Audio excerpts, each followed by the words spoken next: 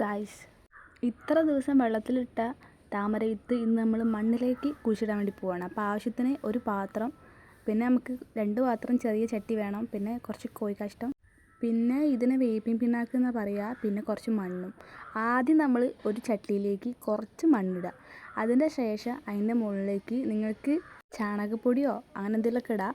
ഞാൻ കോഴിക്കാഷ്ടമാണ് എടുത്തിട്ടുള്ളത്. അതിന് ശേഷം കുറച്ച് വേപ്പിൻ പിണ്ണാക്ക് ഇടുക, പിന്നെ വീണ്ടും മണ്ണിടുക. ഈ ഒരു രീതി ഞാൻ യൂട്യൂബിൽ നിന്ന് സെർച്ച് ചെയ്ത് കണ്ടുപിടിച്ച കേട്ടോ.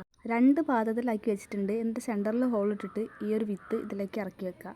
ഓൾമോസ്റ്റ് വേര് വന്നിട്ടാണ് കേട്ടോ ഞാൻ ഇതുപോലെ ചെയ്തിട്ടുള്ളത്.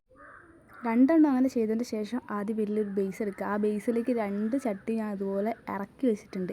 എന്നിട്ട് സാവധാനത്തിൽ വെള്ളം നിറച്ച് ഫില്ല് ചെയ്യാനാണ് ഞാൻ പ്ലാൻ ചെയ്തിട്ടുള്ളത്. ഇതും എൻ്റെ ഐഡിയ അല്ല, യൂട്യൂബിൽ നിന്ന് തപ്പിയെടുത്താണ്. ഓവർ സ്പീഡിൽ വെള്ളമായി കഴിഞ്ഞാൽ സീനാണ്. ഒരു ചിരട്ട വെച്ച് അതിൻ്റെ മുകളിൽ കൂടെ വെള്ളം ഫില്ല് ചെയ്ത്.